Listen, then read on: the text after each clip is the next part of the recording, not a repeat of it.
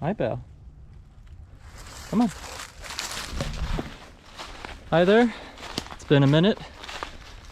I wanted to come out today because it's about 40 degrees. Most of the snow is gone now. A little bit of ice on top of the pond. But I just wanted to do a little afternoon video of coming out into the forest and seeing what I can get up to using as many of my own handmade tools as possible. When I get over to my spot, I'm gonna lay out what I got here in this sheep hide bundle. And then first step first, gotta get a fire and make some coffee. Gotta come over here.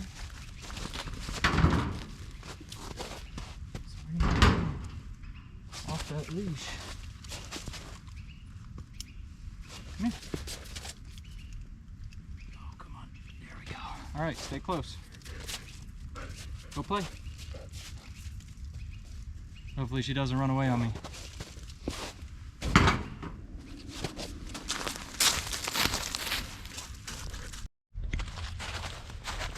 It's full up with leaves and old burnt wood.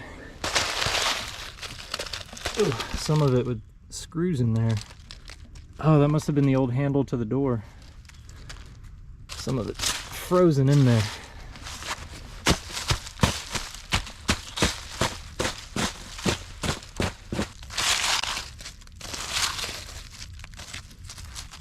There we go. I brought a bunch of my tools and things in this cool old US Mint bag that I got from a thrift shop for $1. I've got these over here, some of my handmade tools. These are more recreational for this video. Got a very lightweight bow that I carved by hand. This arrow that I made. I did not nap that arrowhead, but got that. And I've got a little noisemaker over here. Not gonna tell you how I built that, otherwise that might cause issues. But while I'm out here, if Belle finds a squirrel or something, or a rabbit, I can do some pest control for Dad back here, and then maybe cook it over a fire. We'll see. She doesn't scare everything off. Before I get into fire making, here's a quick layout of the rest of my tools. My sheep hide. This was a lot of fun. I tanned this with alum and pickling salt. There's still some spots where it's more firm than others, but like the edges here, that's nice supple leather. I'm gonna make a vest out of that, hopefully. Anyway, here's a coil pot that I made. It does have little, if it'll focus, does have little micro fractures in between some of the coils, but it still holds water long enough to boil it or drink out of it. That was made with clay that I just purchased, but this is my pride and joy. This bowl I made from clay that I harvested out on a hike in Colorado. Straight from the ground, no really refining, beautiful pottery. Got a homemade hand balm, char cloth, birch bark and other tinder, my flint and steel, coffee, of course. Here's my knife, improvised sheath. And I made that out of a Sawzall blade. Here's my knife. There's this short hatchet that I made out of a door hinge. Bent it over, then welded on itself. That one's really fun. I've got a little bottle full of lamp oil here. I'm gonna try and make a little mini lamp later. There's a pot hanger, spoon, fork, some squirrel hides that I tanned, my accessory kit for my noisemaker, some sage I collected out in Wyoming, and some various fiber and cordage. At some point here, I want to take this old pant leg from one of my wife's pairs of jeans that she cut off into shorts. I want to turn that into a little haversack. But that's what we've got so far. see what I can use these to make, and just have a fun day out in the woods. And keep calling my dog because she keeps running off. Come here, Belle.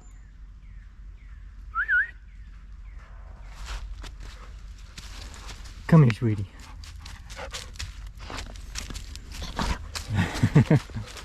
Oh, you're having so much fun. All right, here I've got my flint and steel, my char cloth, my birch bark, and some other bark. I should know what this tree is called, but it has really fine fibrous bark. Paper birch is absolutely my favorite tinder. So now what I need to do is get some char cloth here. I like pinching it against the edge of the flint, and then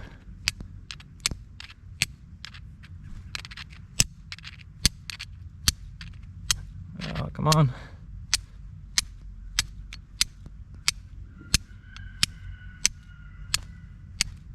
Oh, there we go.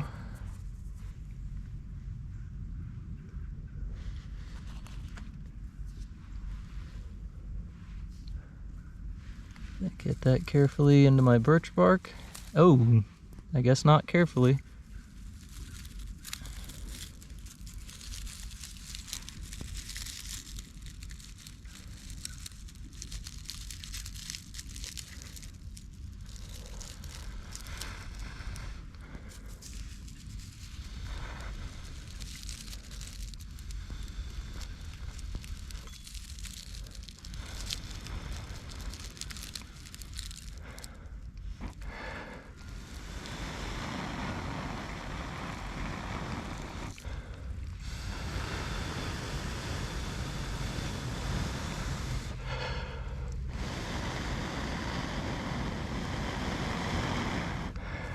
Ooh, that's hot.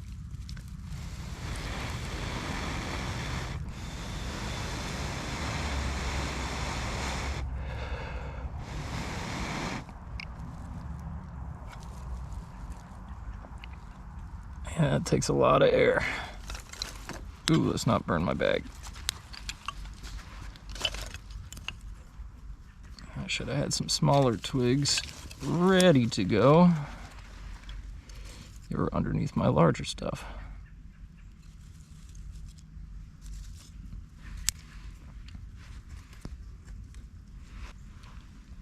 This is a very tender moment for a little fire, and I hope I didn't mess it up.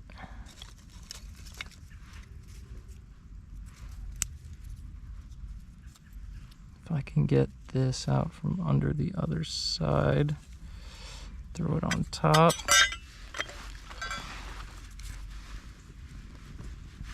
There we go.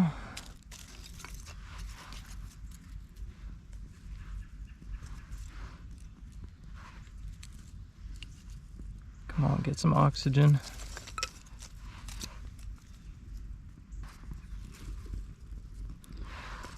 Okay. Not out of the woods yet, but that's looking pretty established. And considering the fact that I haven't started a fire with a flint and steel in probably, oh, I don't know, 5 years. I'm pleased that all my materials work nicely. I really struggled with the char cloth. Not the process of making it, but the material from which to make it. I used several different kinds of old t-shirt, and I guess some of them didn't have tags and was some sort of poly blend, not 100% cotton.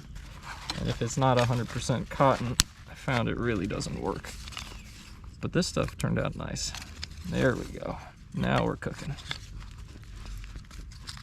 There we go. First try with the flint and steel. Pretty pleased with that.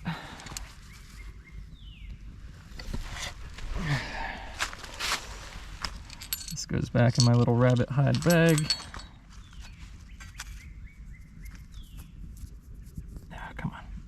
I guess the twig in there doesn't matter. And there we go. Now I just got to run around and try and find more birch bark.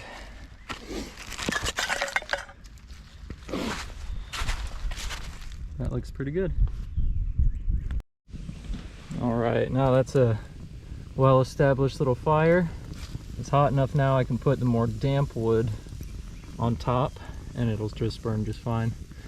The melting snow has made it a little difficult, but I do have some dry sticks. Here's my pile of branches that I just throw here whenever I clear the trail.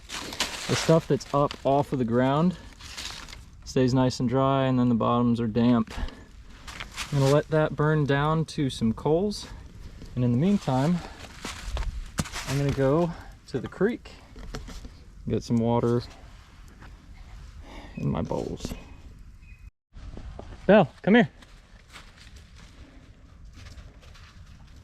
You just love running around in the woods, huh? Let's go to the creek.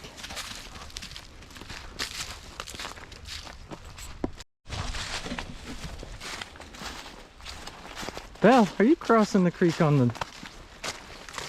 She's going right across. My fallen log bridge. Ow. You getting stuck too? Back up. Back up. Ow. I hate greenbriers. That's where I was going to get my water from, dog. Now I gotta wait. Back up. Good girl. Okay. Stay. Stay. Back up. You make this hard. All right. Her nastiness cleared up. I bet money she's gonna try and drink out of this.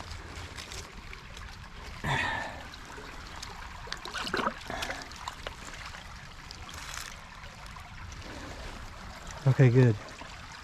I'm gonna use this one to boil the water for the coffee, just because I think it holds more. I haven't actually compared it. Try not to spill all my water out. Let's try this.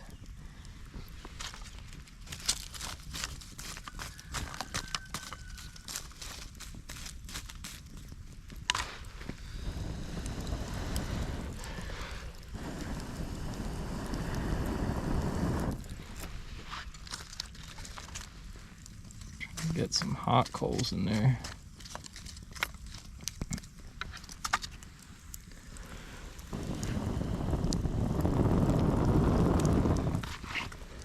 The hot coals are in the middle. And get this in there. All right.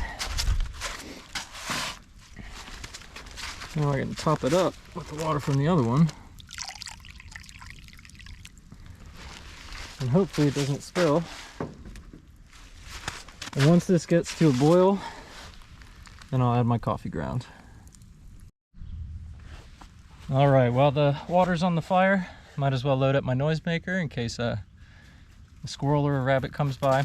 Unfortunately, I can't be too specific with it. Hi, puppy. Can't be too specific with it for YouTube, but I'll at least show how my piece works. It is lit by a fuse.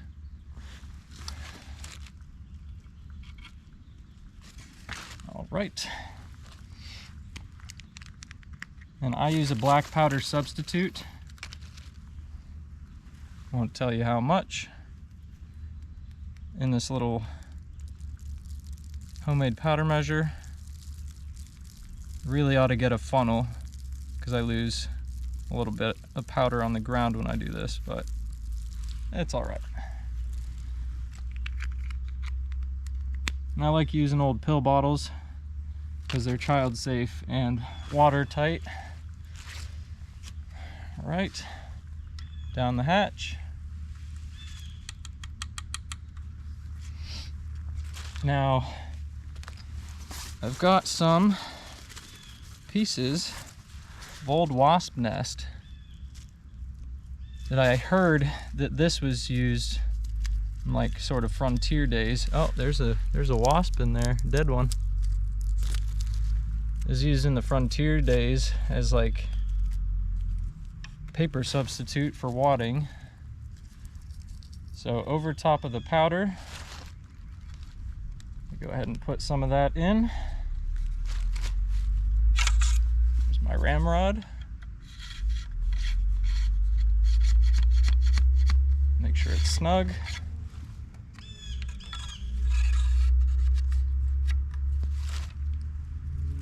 And this is safe. I have test fired this thing and others like it many times with no issues. But I've also got bird shot that I got from cutting open shotgun shells.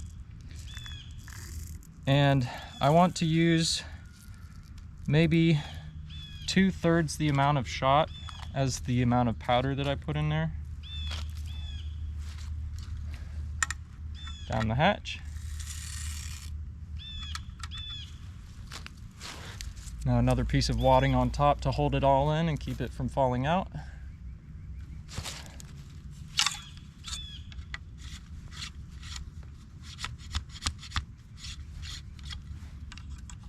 This is not an instructional video on how to make one of these. I'm not going to do that. But now,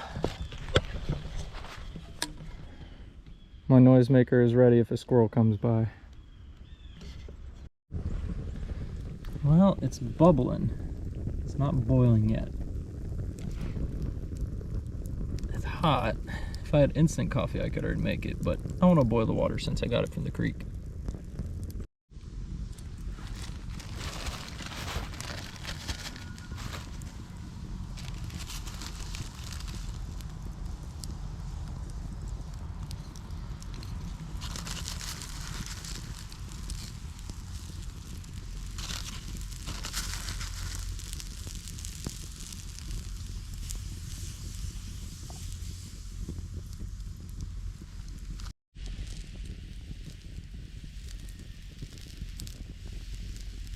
Here's the real tricky part.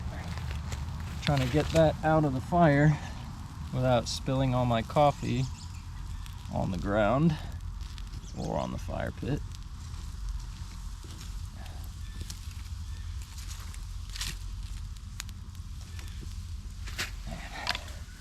As you can see, the rolling boil it's got there on the edges.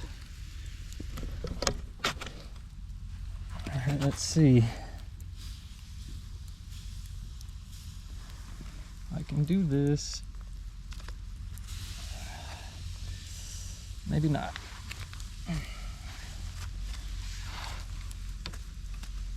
It's not like that. How about with a bandana? There we go.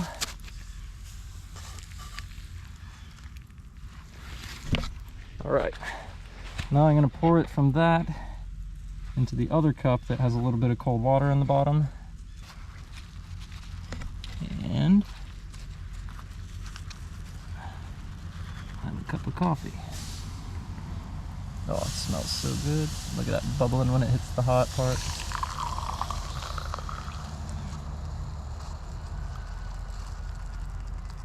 There we go, that actually strained off a lot of the grounds. And I have half a cup of coffee.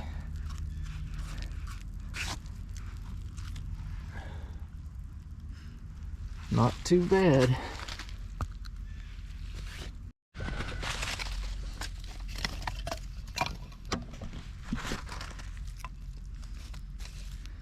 Get that going back up again. But here we go.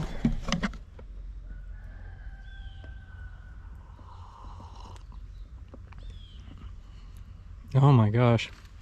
That didn't boil very long, but it got very dark and strong. With a mild taste of clay and grounds that you can chew.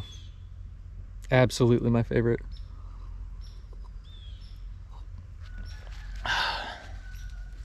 That's nice.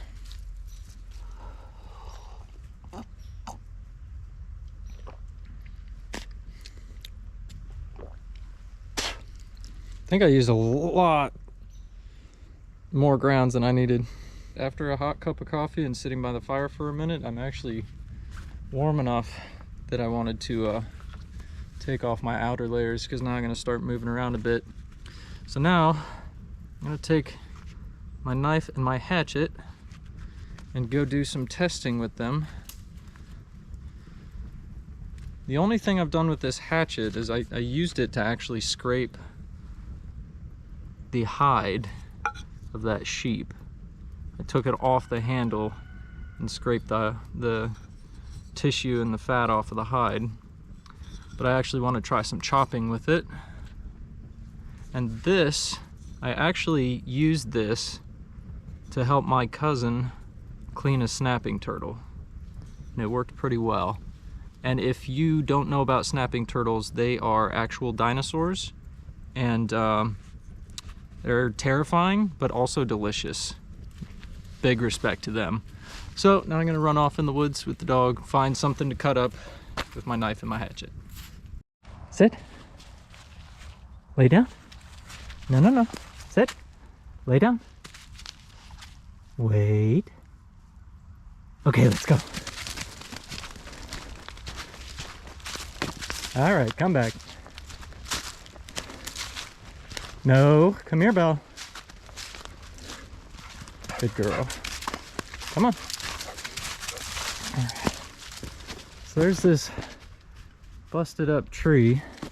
It's fallen over this trail. I haven't done anything about it, neither has Dad, so it's been there for probably about 8 months. I'm not sure. Let's just see how the hatchet does.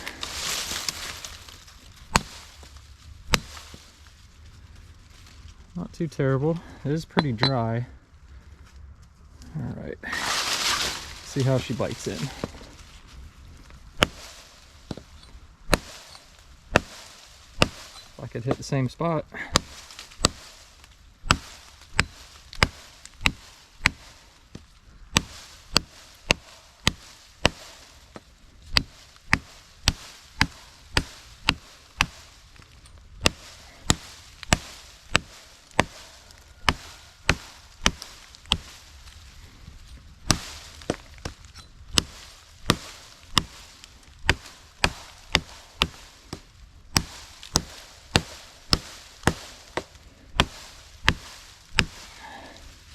It'd be real nice if I had my strap to mount this to my head instead of holding the camera in one hand. I gotta say though, I'm pretty pleased with that. It's chopping pretty deep into this really dry wood. I guess it was more than 8 months ago. You're my blood circle, dog.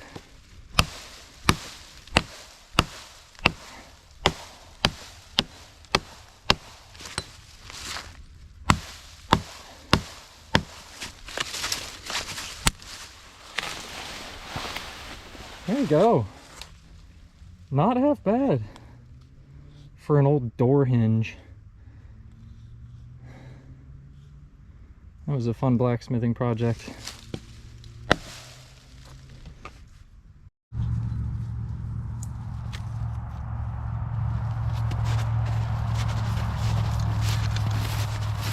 This is my dog's POV. Oh, I can never be that short. Come on, pup. Okay, I've tried it on dead wood and it surprised me actually how well it did. Now let's try it on something live. Not something Dad will miss. The old shooting berm. If I don't see any squirrels or anything, I'll just touch off the noisemaker into the dirt pile. Come on, Belle.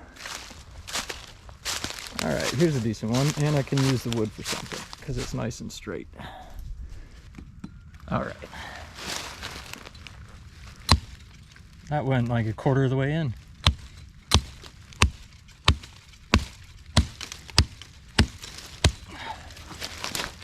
So many thorns.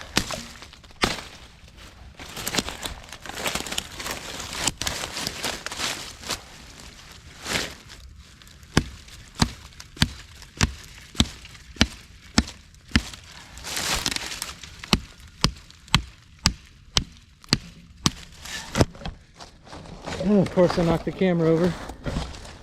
But wow, did that work. All right, I'll say that one gets a pass.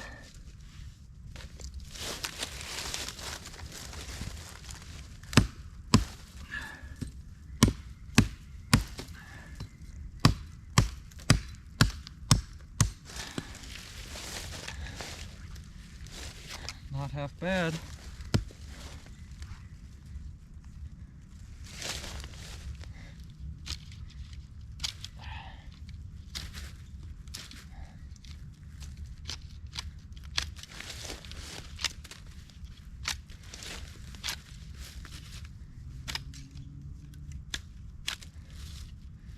Not sure how this knife will do trying to peel this bark off,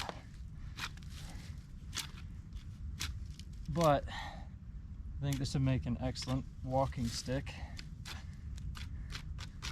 So once I've got these branches off, I'm actually going to leave the bark on and then just let this cure at my house for a while. It's doing all right with the branches. Let's see if I can trim this up.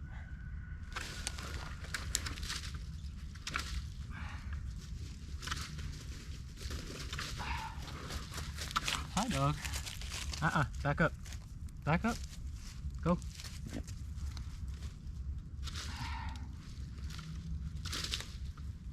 I mean, it's biting into the wood and it's cutting, but I think this knife is being severely outshined by the hatchet. So it works, but not too great for wood carving. Maybe I keep it more for using with fish and game and stuff like that. If I make a decent sheath for it instead of just a wrapped up piece of leather.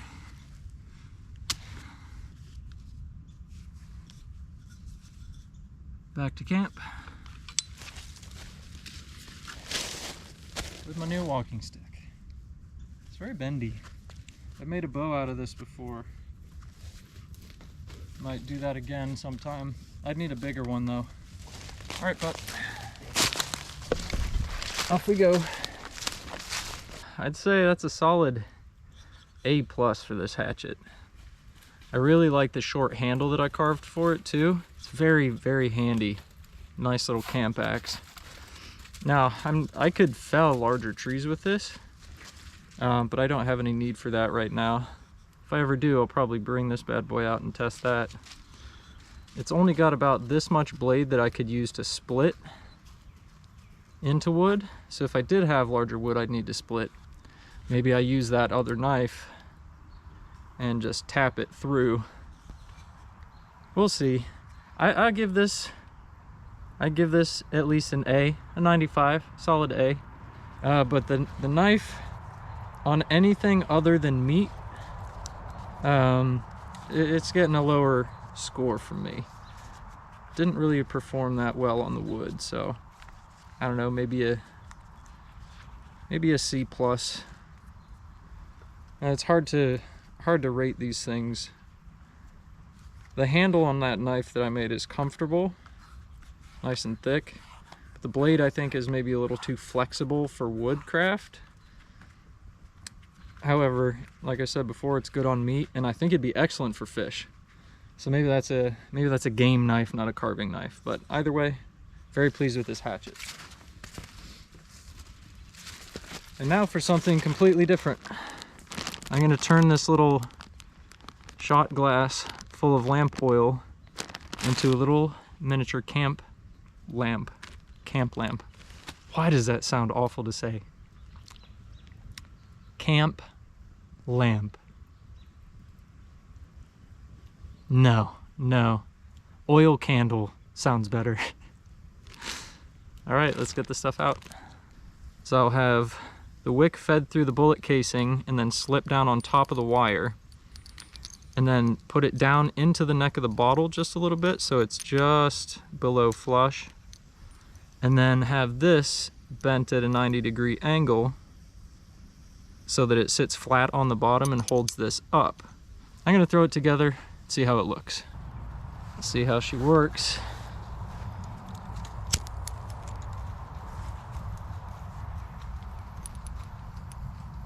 Like a charm. Now what I might do though is get either a thicker wick or tie knots in it on two ends so that it can't slip back down through that hole. However, that's working really nicely. It's a little smoky. I can make a shorter wick. But there you go, super simple. I've tripled up the wick, put a big knot in the end, push the bullet casing down a little more. So now I should be able to just take the lid off, light the wick, and there we go. Interesting. It's got like smoky vapors coming up around the outside of that bullet casing.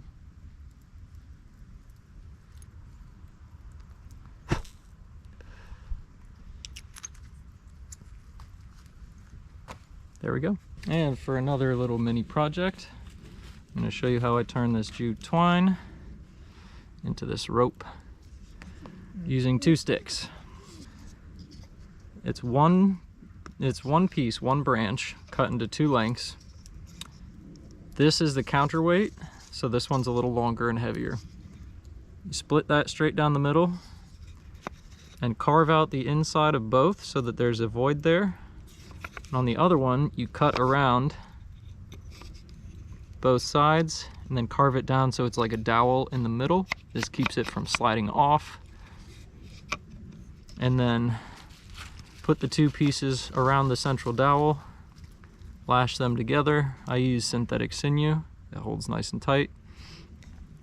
And then you have a groove carved here, and that is where your smaller cordage goes into. You're gonna need a lot of cordage in order to make a decent length of rope. So you make one giant loop. I just do a square knot at the end, hang it over a cut branch, and then you want it nice and even, and back it up with some tension on it. And like I said, you need a decent amount of cordage for a decent length of rope because it's already doubled up from making a loop, and then it's gonna be a little bit less than 1/3 this length on the final product. So then you put your spindle in between the strands, make sure that you get the rope on there, and I like to start spinning clockwise first. This puts the first twist on the rope. You want to maintain pressure without pulling too hard. You don't want to break off on the other end. But this takes a decent amount of time. But you can already see that it is twisting on itself in one direction. So I'm going to twist this until it's nice and firm, and then I'll show you guys going in the other direction.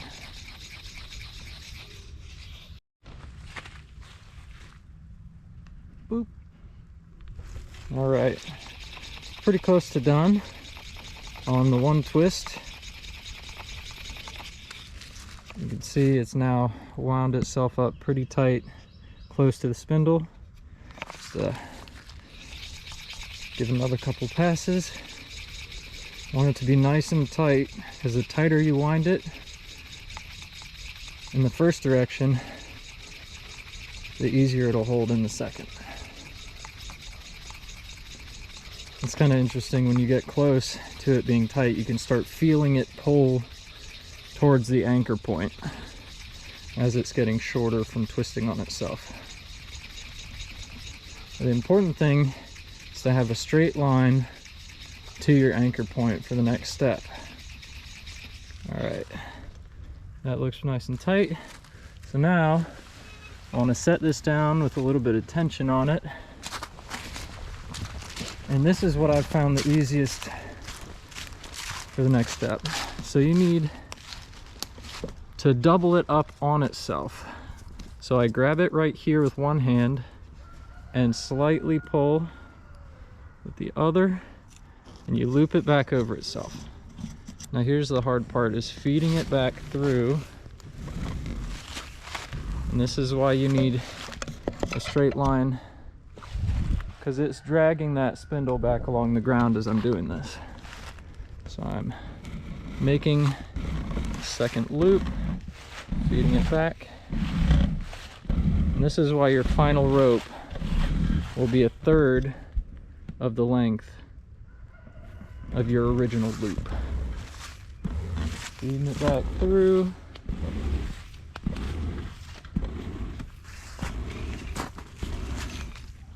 Right. And then when you get to your spindle, hard to do this, you loop that back over. So now all three strands are on there. So I went clockwise the first time. Now I need to spin counterclockwise. See how much shorter that rope is than the original loop?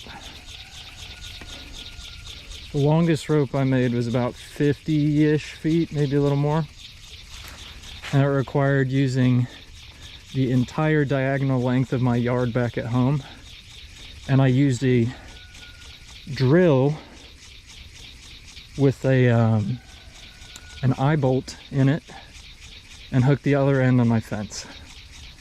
And it took forever to spin, even with a drill. Okay, that's looking pretty tight. So now here's what you do to take it off of this. You twist it back on itself a little bit in the opposite direction so it loosens up enough to get out of that little notch. So you get it back off of your spindle, and you got to maintain a grip on this so that if you let go, it's going to untwist itself. But as I grab it from the end and let go of that, tighten on itself. Now I can double it over for a single overhand knot, and I have secured one end. Now, maintaining a little bit of pressure, I'm going to overhand my way back up to the front. And then do the same on this. Maintain that pressure. It'll twist itself tight. And now I can do one more overhand. All right. Once you have those two ends tied off with your overhand knot, it's going to kink up on itself, which is why you shake it out and it'll untwist. Now I have, let's step it off. 2, 3, 4, 5, 6, 7. Roughly 12 feet of rope. Real quick before I demonstrate its strength, I want to show you one final finishing step I like to do. You can do this with just a lighter, but obviously I have a campfire ready. You want to very, very, very briefly pass it through the fire to burn off the little hairy ends. And once you have one end done, you can slowly drag it through. Not slowly though, you don't want to burn the rope itself, you just want to scorch off the little tails. It's not a required step, but I think it makes a nicer looking rope. You don't have it all frayed. And then after this is done, I do like to put a light coat of either oil, or I personally use my hand balm, which is about 1/3 beeswax, 2/3 olive oil. And that preserves the rope pretty nicely. But I don't know if I'll do that today. I have a lot of this at home. It's just fun to make. And in no time at all,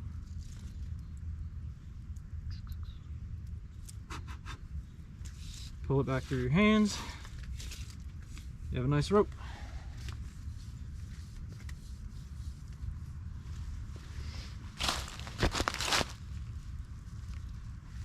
test it single strand first.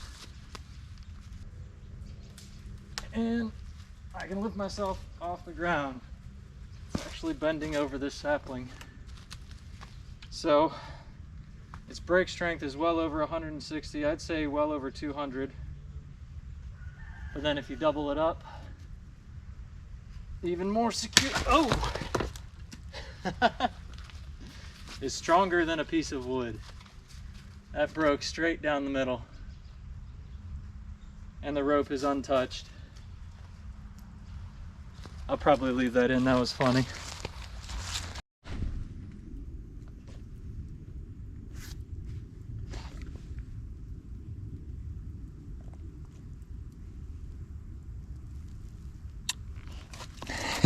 Careful, Belle. Get down, get down. No, don't fall in the fire. She's your daddy's girl for sure. Hey.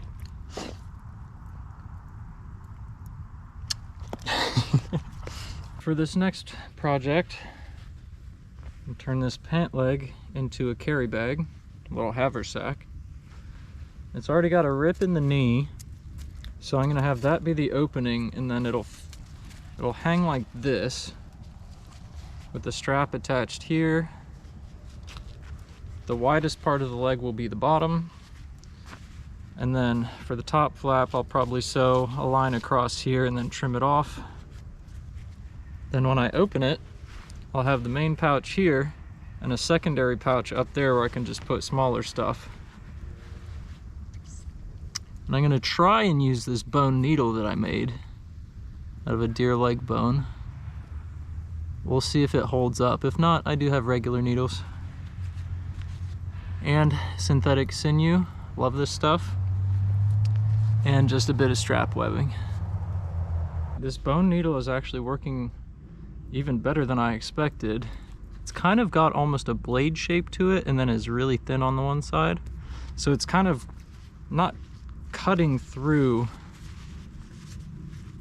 but it's pushing itself through. And this is like stretchy jean material, but it's hard to see, but it's like pushing its way through, but then the material kind of closes itself back up behind it. So pretty pleased with that.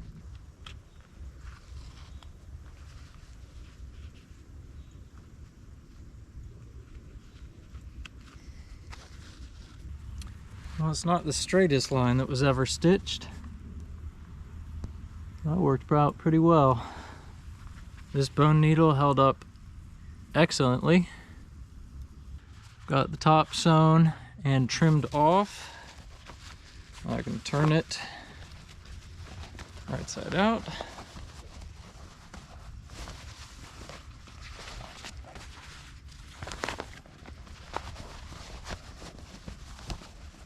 Very stretchy. I am having some very strange camera malfunctions right now, but here's my fourth take. The bone needle had no trouble at all getting the strap through there. Hits right about waist height. And I can fit a decent amount of stuff in there.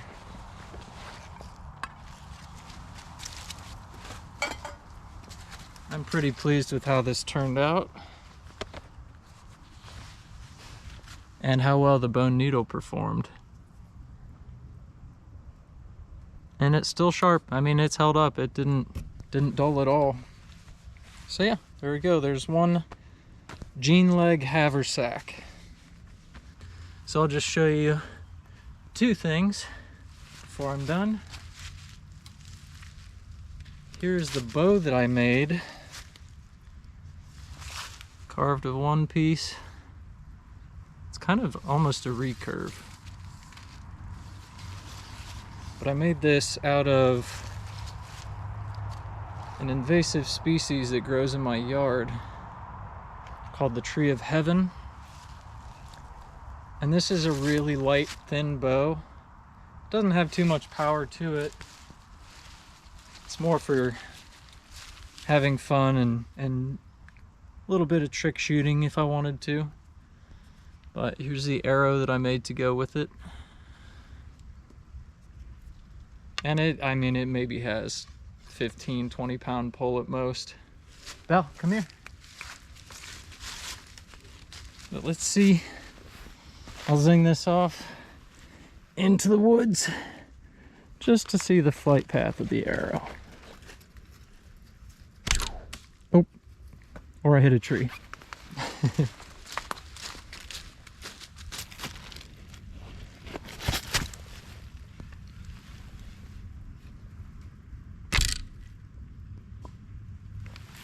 All right, let's see how far that went.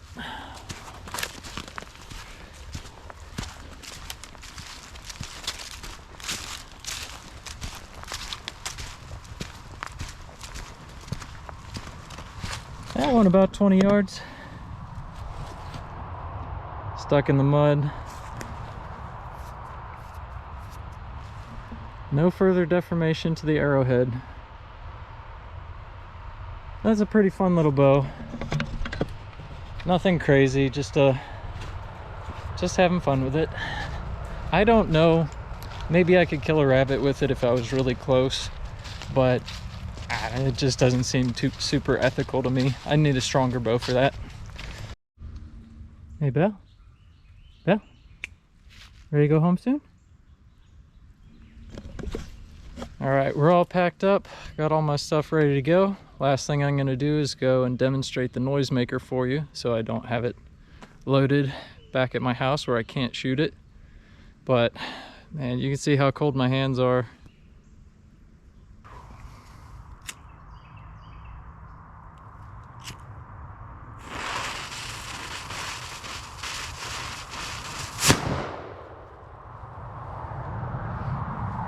Be a little hard to hunt with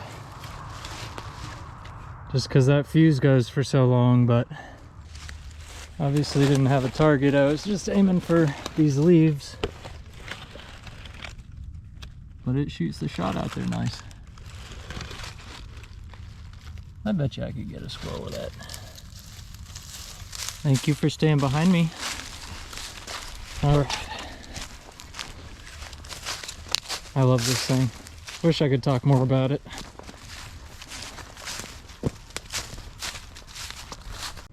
You was a good girl. You stayed close to me the whole time.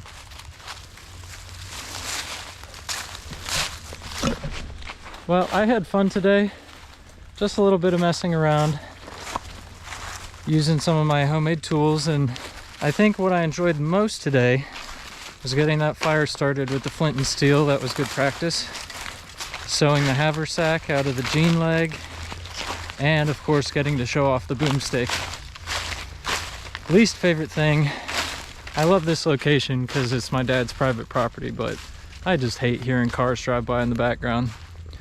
But either way, so thanks for watching, and let me know if there's anything that you'd like me to try out or demonstrate. And say goodbye to Belle. Come here, Belle. Give me a kiss.